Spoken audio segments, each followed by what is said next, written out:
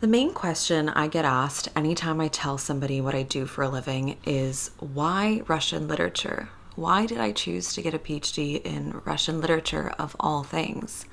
And I have a pretty ready made answer for this. I usually say something along the lines of, well, I've always loved to read, and at some point I realized Russian books were my favorite. But that's only partially true.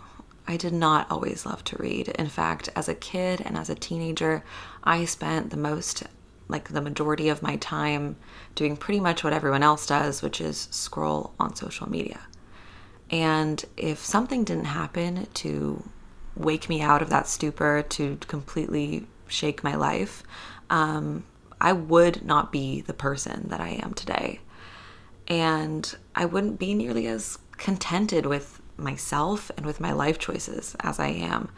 So it's a story that I want to share with people because I think there are a ton that are in the same boat that I was in, and maybe they hate social media and they want to delete it, but they somehow feel that it's mandatory. I'm here to tell you that it's not only not mandatory, but it's actually essential if you want to live a fulfilling life to get rid of it. And if it is entertainment or comfort that you're seeking, you really need not look any further than your bookshelf. So I'm part of Gen Z. I truly grew up with a phone in my hands. Everybody my age got Instagram in elementary school. I remember posting pictures of my teddy bear, if you can even believe that. So we had it as kids. It was kind of this silly thing. But older I got, once I got into high school, suddenly the stakes of having Instagram were raised. Suddenly, what you posted pictures of, who you posted pictures with, indicated something about you, about your social standing. And this preoccupation with appearances is obviously so detrimental to teens. And yeah, I can really say that my self-worth was absolutely defined by what other people thought about me. And like a lot of people, I would, delete and re-download the apps. Sometimes I would even temporarily deactivate my account, but I never thought of deleting it. One day, my sister came up to me, my older sister, and she handed me a book. And she said, "I'm tired of having an illiterate sister. Read this." And the book was, in case you're curious, Two on a Tower by Thomas Hardy. It's a short novel, and so I was like, okay, I can read this, fine. And I loved it. I fell in love with it. I was so completely engrossed. And so I realized that my sister actually had pretty good taste, and I started taking her recommendations. So she systematically led me through the English classics, starting with the Bronte sisters, then Jane Austen, George Eliot, Thomas Hardy, Henry James, Edith Wharton, Fitzgerald, Hemingway, you name it. Then we moved on to French classics. I started reading Balzac and Guy de Maupassant, and this was all maybe in grade 11, so I was like 17, let's say. And needless to say, these are not books that are on any North American school curriculum. And then I made my way to Russian. She gave me some short stories by Anton Chekhov and a copy of Anna Karenina by Tolstoy, and that was it for me. I was simply like on cloud nine. And so when I started university, I knew that I was broadly interested in the humanities, but it was only through taking Russian literature classes in my first year that I realized that was what excited me the most. Now, I have to mention that my first year of university was during COVID. It was completely online. In fact, my first 2 years were pretty much online.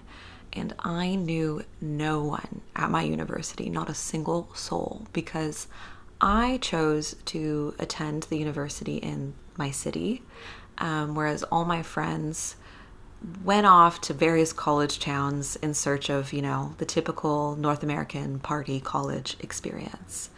Whereas financial circumstances obliged me to stay at home, live with my parents, and attend school in my city. So I had, needless to say, a horrible case of FOMO, of this fear of missing out. and I would check social media. I had nothing else to do. It was the pandemic, and I would see, COVID restrictions were more lax in these college towns. So my friends were having parties, meeting people in their dorms, having not a normal life, but definitely more fun than I was having. And the intense feeling of just self-pity and jealousy that I felt at that time prompted me to permanently delete Instagram. This means my pandemic experience was not only incredibly lonely, but I also just did not have access to the outside world, aside from, let's say, the news playing on the TV in my living room. So I was completely by myself, which is an uncomfortable feeling for most people, and it was exacerbated by the fact that I had developed insomnia. So for 2 years, I had to sit awake alone with my thoughts while the rest of the world was asleep. So what did I do instead of scroll social media during those long, sleepless nights? I read books. I read enough books for a lifetime's worth of reflection, but it still wasn't enough for me. I now had all these thoughts and feelings about the books that I had read, and I knew it was time to start pursuing my love of reading academically and professionally. All this means is that by the time things returned back to normal, I had a much better sense of who I was and what I wanted out of life. I was also just generally more educated about world history. I no longer felt that the times we were living in were so unprecedented because I could reflect on the past and think, okay, has something like this happened before? And I could recognize how contemporary geopolitics are actually shaped by historical events. And I say this because I know that a lot of people use social media as a way to get their news, and they feel compelled to stay informed and to talk about their political beliefs online. And of course, there's only so much information that can be contained in a 15-minute video or an infographic. There are layers upon layers of circumstances informing contemporary politics. And I believe that the first step towards creating meaningful change is to arm yourself with information, with knowledge about why things are the way they are. And that's not something that social media, at least not in a very short form, can give you. At least not in a way that will prompt deep reflection and the kind of reflection that ought to precede civic action. So let's talk about what this shift from social media to reading did on a pragmatic level for my life. So what having this extra time has meant for my career. It meant that in undergrad, I was able to stay on top of my academics while being an executive member on a couple extracurriculars that I care deeply about, while also working multiple jobs to support myself. Thanks to my grades, I got scholarships every year and I graduated with very little debt. During my 4th year of undergrad, I applied to master's programs and I earned a spot in a fully funded master's. This means that on top of the money I had saved while in undergrad, I was now earning a living stipend. During my 1-year master's, I applied to PhD programs and I got into my dream program.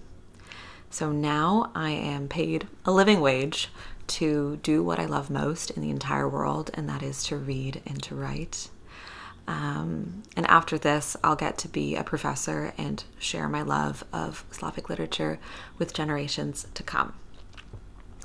I'm sharing this story not to brag about my life or how proud I am of myself, even though I am, but because I want to highlight how so many of the draining things we partake in are actually optional and we have more agency than we think. But social media keeps you impotent. It steals away your free time and your potential. I'm currently studying at a top-tier research institution, and I regularly meet people at parties that are doing groundbreaking work. They're finding a cure for cancer, or they're just researching something they're clearly so incredibly passionate about that will make a difference. And I can tell you, no one is exchanging social media information. What we do, or even LinkedIn, like what we do is exchange phone numbers and then make plans to see each other in person again. And I say this because there is a wealth of like-minded people out there, but you are never going to find them because you yourself actually don't know who you are. You spend so much time on social media that your free time is taken away from you. You don't get to pursue your passions. You don't get to sit and reflect. And it's scary to be alone and sit with your thoughts and ask yourself if you're getting all the things that you want out of life. It's scary to think about it, let alone apply yourself to go get it.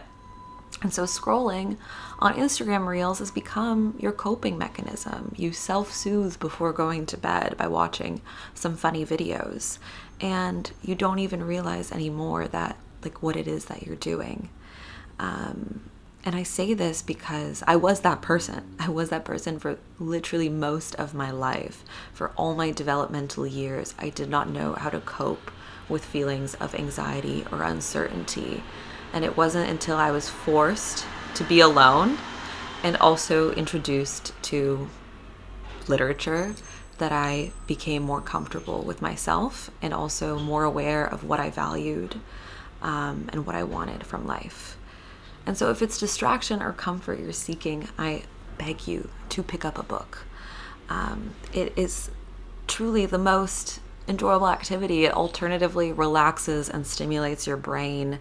And without a shadow of a doubt, it's going to make you a more aware, alert, and empathetic person. And so that's what social media pretends it's going to do for us and what it can never do.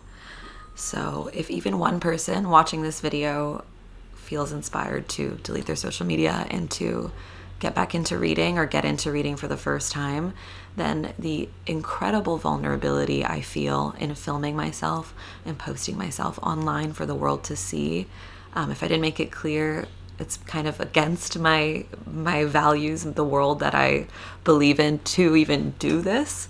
But I tell myself that YouTube is a place where people come to learn things, come to listen to people and sit with them and hear them. So that's why I'm here.